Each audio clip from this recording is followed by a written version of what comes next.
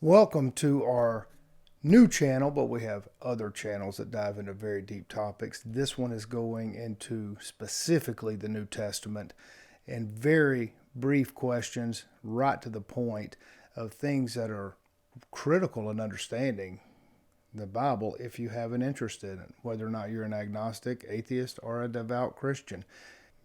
These things happen to affect the understanding of the minds of many people. So it's fascinating. Right now, we're in Matthew chapter 2, verses 2. And for those of you who do not know, this book is argued to be written from about 50 years to some say 70 and all the way up to about 120 years after the life of Jesus. That's pretty interesting in and of itself.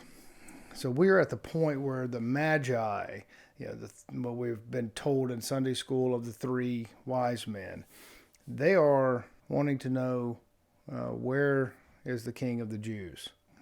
First of all, how do they know the King of the Jews is supposedly being born? Because they want to go bow to him.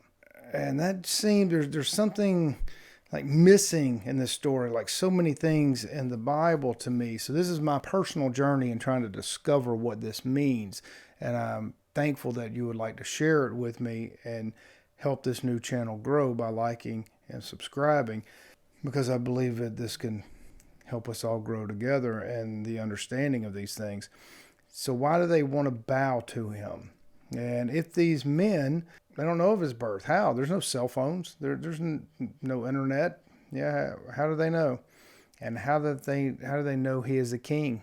It's interesting. So the next question is Matthew chapter 2 and verse 5. The Magi asked the priests and the scribes, where is this Christ? And my question is, how do they know? Like, was there some sort of big special event? Was there some carnival? Was there something happening that said, oh, we have a virgin birth and we have a star in the sky?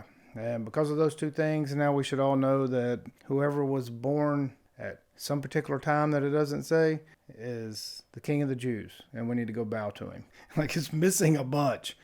So what? And it says this was written by the prophet, but it doesn't say the prophet's name nor what document this was written in. So we cannot gauge where they're even coming up with this idea. We might assume it's in the Old Testament, but as I can assure you, and you can go back and look at all of our Old Testament videos in our separate channel, 4 Questions for the Bible. No, that does not exist. And so in chapter 2, verse 6, Bethlehem, land of Judah, out of thee shall come one leading who shall feed my people of Israel. Jehovah refers to Israel as his people. Doesn't that automatically just exclude everybody else? Everybody else is not worthy. That creates a superiority complex where you got to be in this group or we're going to be very condescending to you because you're not one of the chosen people.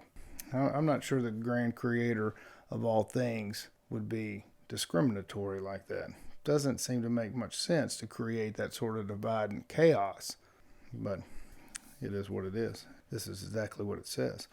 And then to move on, the last question for this short video is in verse 7 of chapter 2 of Matthew. Herod questions these magi about the timeline of an appearing star. So now we have the virgin birth, and now we have this star. 2 things to illustrate that there's some sort of thing that happened. And he instructs them to go get word, find out what's going on, so King Herod can go bow before a baby.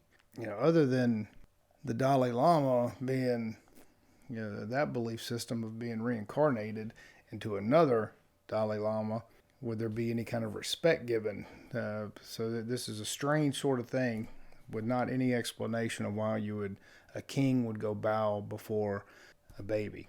We're to assume it's because it's Jesus. But these people, how do they even know that?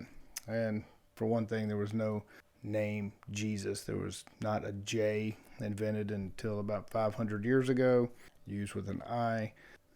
So every time you say, thank you, Jesus, there was never a name. Yeah, that was a recent invention. Just look it up. I'm not going to put any links in the thing. Yeah, we're adults here. What is the scribe getting us to believe?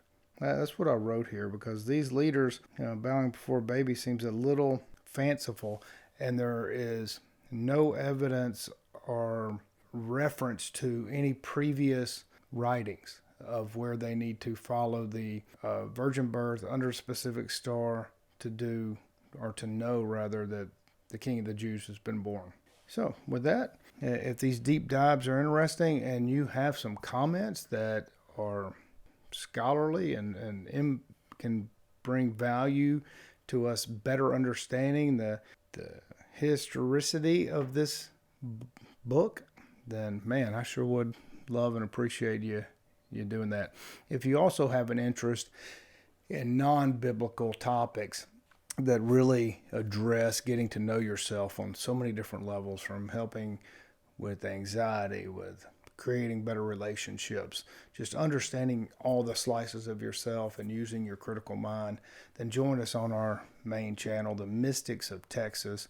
And you can find us at themysticsoftexas.com. And if you're in the local area, we get together every Sunday at 1:15 so we can fellowship together and help each other grow, and ultimately to have a meaningful connection with the infinite intelligence, the grand source of all things. And with that, we'll see you next time.